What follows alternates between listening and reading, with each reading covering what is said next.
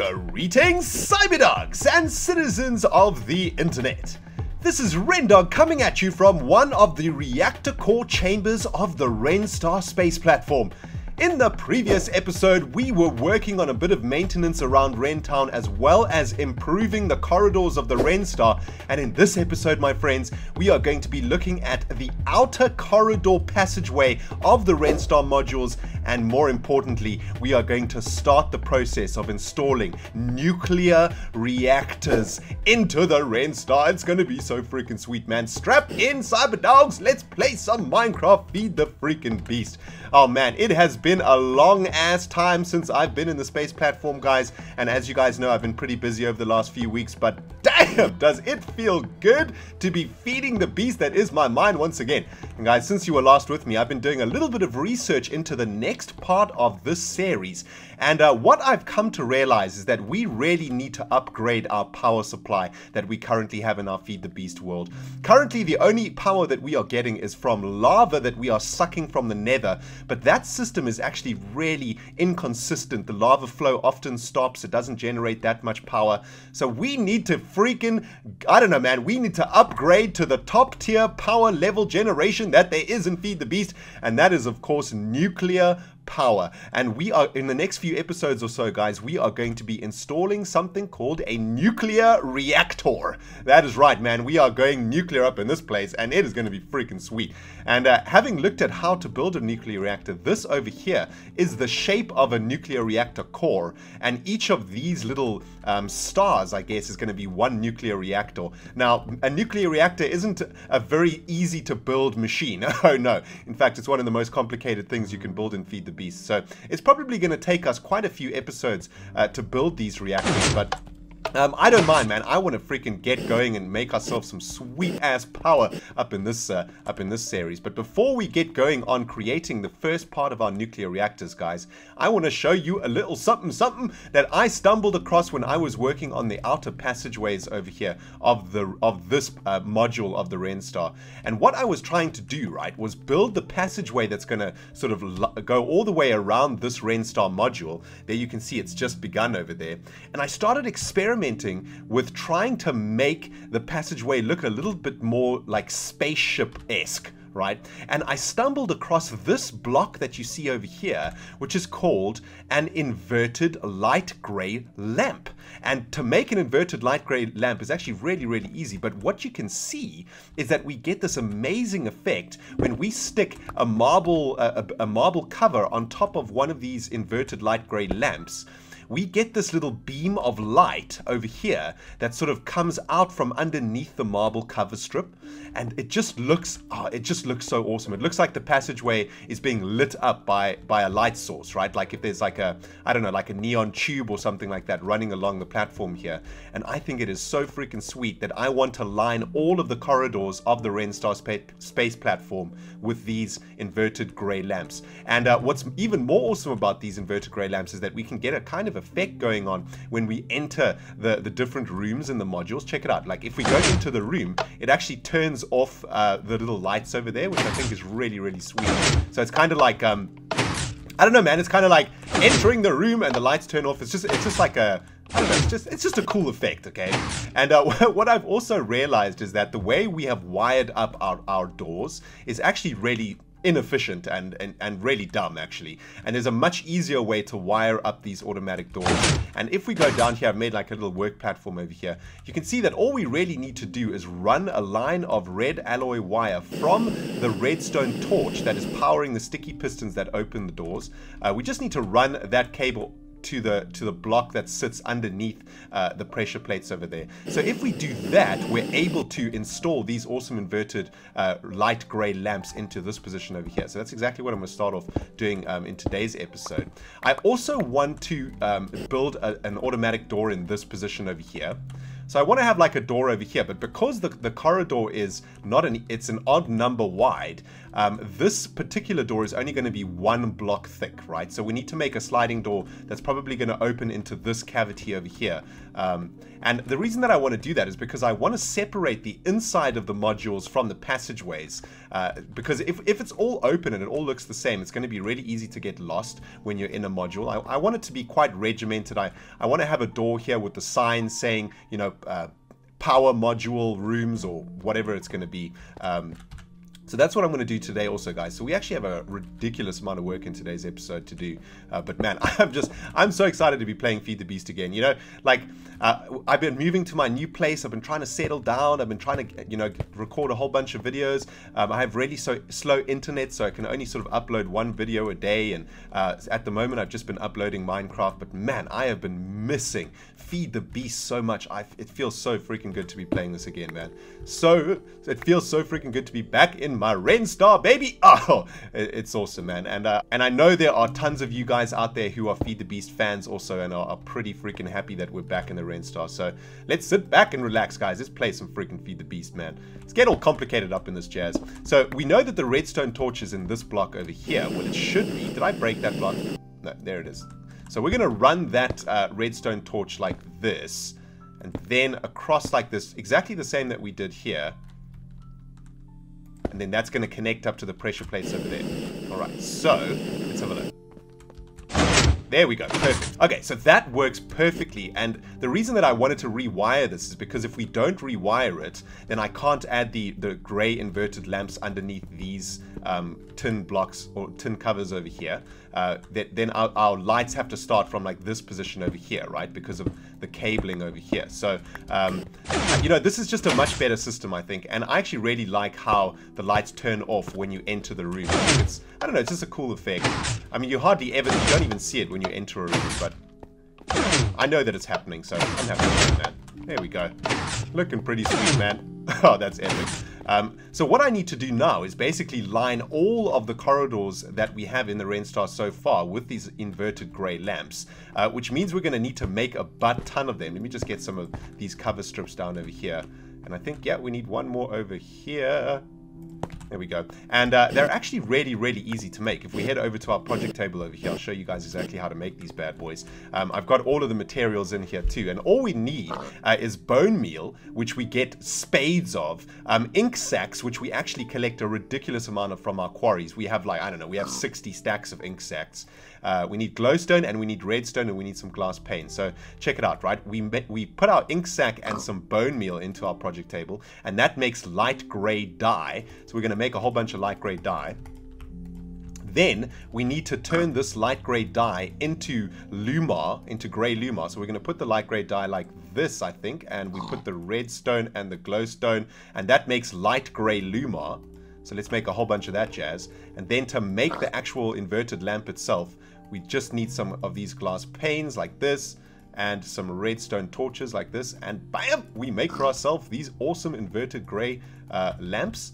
And we can start lining all of our corridors with this jazz, man. Oh, it's going to be so sweet. And what's also awesome about these things is I think they act as a light source, which is obviously going to stop zombie skeletons and other mobs spawning in the corridors of the ReNDoG space platform. So I think that's pretty sweet. I think they act as a light source. I mean, this corridor is definitely lighter than, well, these are also acting as a light source, but yeah. You can never have too much light, am I right? Anyway, guys, let's move on to the next part of today's episode, and that is crafting a sweet-ass automatic door that is going to be sitting at the entrance into the main module over here. And I think I want to get it going into this little cavity over here. So let's get our sticky pistons installed. And I think what we'll do is just install exactly the same system as we have going for these doors that go into the different rooms. I think that's going to be the easiest way to build this thing. Man, I'm failing epically to place the sticky piston. Come on, baby! There we go. Alright, so and let's just break into this area over here. So it's going to work exactly the same as our other automatic doors, right? What we're going to have is a redstone torch on this block over here, which is going to trigger this sticky piston. And then using some of this red alloy wire, we're going to link up this redstone torch to the other two sticky pistons like this. So all of our sticky pistons are now linked up. Let's just get out of here. And what we need to do now is get a couple of pressure plates installed on either side of this door. So that's going to be a pressure plate and that's going to be a pressure plate.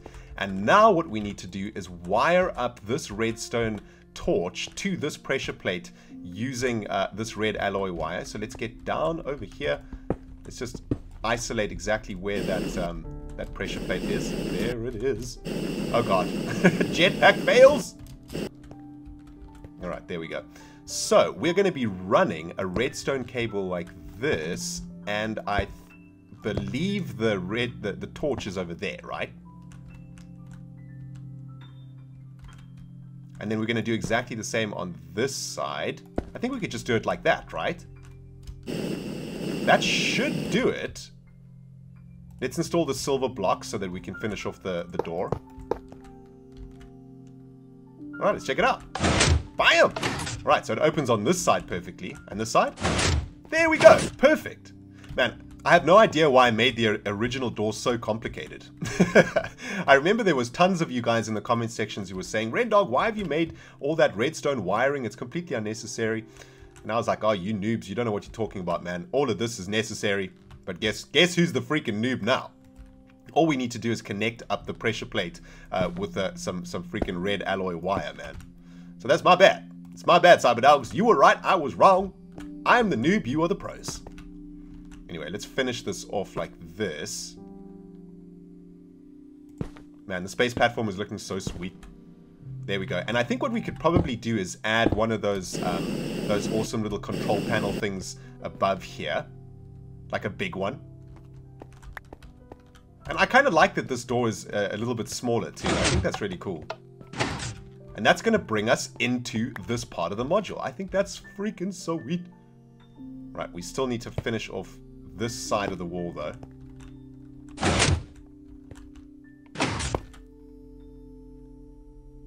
Man, I've done so much freaking work with these covers. Man, I dream about these covers, guys, seriously. Like, using covers in Feed the Beast literally increases the amount of time that you play Feed the Beast by, I don't know, it must be at least 100. Because suddenly you have, like, you're able to put so much more detail into your world using these covers and using the strips and stuff that you end up spending, like, a redonkulous amount of time just doing small things like this, right? Like, literally, we're literally building an entire wall out of covers over here. And the wall is hollow too, so that it can hold this automatic door. I mean, you know, it is freaking sweet though. Right, there we go. And then that's going to be the panel. Alright, that is awesome. So what we can do is now repair the floor that we dug a hole into over here. And I think we're going to need one more copper slab, I think, or copper block slab. Oh man, the Ren Star is coming together so nicely, man. Oh, Skelebutt! Run! Do you have any weapons? Skelebutt, you do not want to be messing with me! Die, bastard! Oh, he's gonna die? And then the golems are gonna collect his bits? Oh, that's awesome.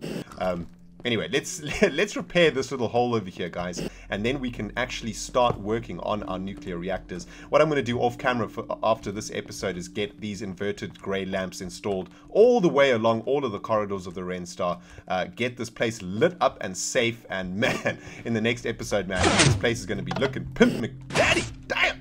Alright, so anyway, guys, let's get to the freaking meat and potatoes of today's episode, and that is making a nuclear reactor. Now, if we have a look at the recipe for a nuclear reactor, it's actually not that difficult to make. What we need to make a nuclear reactor is an advanced circuit, 3 reactor chambers, and a generator. Well, generators are really easy to make, and reactor chambers are surprisingly easy to make. All we need is dense copper plates and machine blocks, and to make dense copper plates, all you need to do is compress copper plates in a compressor. And to make copper plates, all you need to do is stick copper into a plate bending machine. So I've gone and done most of that jazz. Here is the dense copper plates that we need and the machine blocks in this project table over here. So what I'm going to do, I'm going to start off by making the reactor chambers that we need.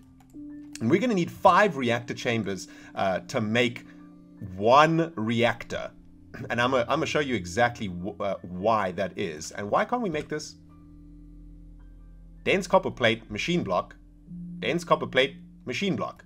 Oh, yeah. I'm an idiot. There we go. Reactor chamber. Okay, so we need to make a whole bunch of reactor chambers because, number one, we need 3 reactor chambers for the nuclear reactor itself. And then what we need to do is make the reactor core by using more nuclear reactor chambers. I'm going to explain exactly what I mean in a moment. Let me make another 1, 2, 3, 4, 5, 6 nuclear reactor chambers. And now what we're going to do is make our nuclear reactor machine, which is a very, very simple recipe. Let's get our reactor chambers up in here. Let's get an advanced circuit up in there and this generator. And that's going to make for ourselves a nuclear reactor. That is freaking sweet, man. Cyber diggity dogs, nuclear reactor 5. Oh, man. Now, what we need to do is actually construct the nuclear reactor machine in total. It's kind of like the industrial furnace that we made once. That it's a machine made up of multiple blocks. So what we can do is install the nuclear reactor block, and this is your basic nuclear reactor machine.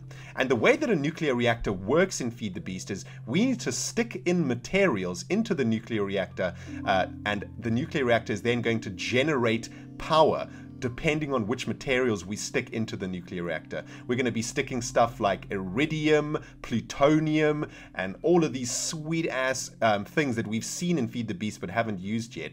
And we also need to use other things to keep all of that stuff cool. We need to use like extractor fans and water cooling systems and whatnot to keep the nuclear reactor cool. Now, the idea is that what we want to do is come to a configuration in the nuclear reactor that is stable. And in order to do that, we need much more space inside of the nuclear reactor. So what we're going to do with these other reactor chambers that we have built is increase the size of our nuclear reactor machine. So check it out, right? We're going to add a chamber to each side of the nuclear reactor machine. And how awesome is this, man? It reminds me of Duke Nukem for some reason. But there we go. We're able to add a total of 6 more reactor chambers to the nuclear reactor itself, and that is going to make for us one giant ass nuclear reactor. Now you can see that the space inside of the nuclear reactor is much bigger, and this means that we can use these spaces to find a stable configuration for the generation of nuclear power. And man, it is going to be so freaking sweet to do this because it's basically like a puzzle, right? And what we need to do is get the pieces into this nuclear reactor in the correct configuration. So now our nuclear reactor is ready for freaking business time. But of course, the next step to getting this thing fired up is the really complicated bit. Like the bit that we've done now, this is the easy jazz, man. Getting this bad boy set up was the easy part. Now comes the really difficult part where we're going to be configuring the nuclear reactor to create as much energy as it possibly can, and more importantly, to get to a configuration in the reactor that is stable. Because if it isn't stable, you know what happens, cyber diggity dogs? Kaplam, kaplooey, and kaplow. Goodbye, freaking ReNDoG. Well, guys, we're going to save the configuration of this nuclear reactor for the next episode. I've run out of time for this one, guys. But man, I cannot freaking wait for the next episode to show you guys exactly how we're going to fire this bad boy up. Hope you guys have enjoyed this episode of Feed the Beast. If you have, hit the freaking like button. If you haven't subscribed yet, hit the freaking subscribe button. Because in the next episode, we are going nuclear up in this jazz, man. Guys, we will see you in the next episode. This is ReNDoG signing off. Goodbye, my friends.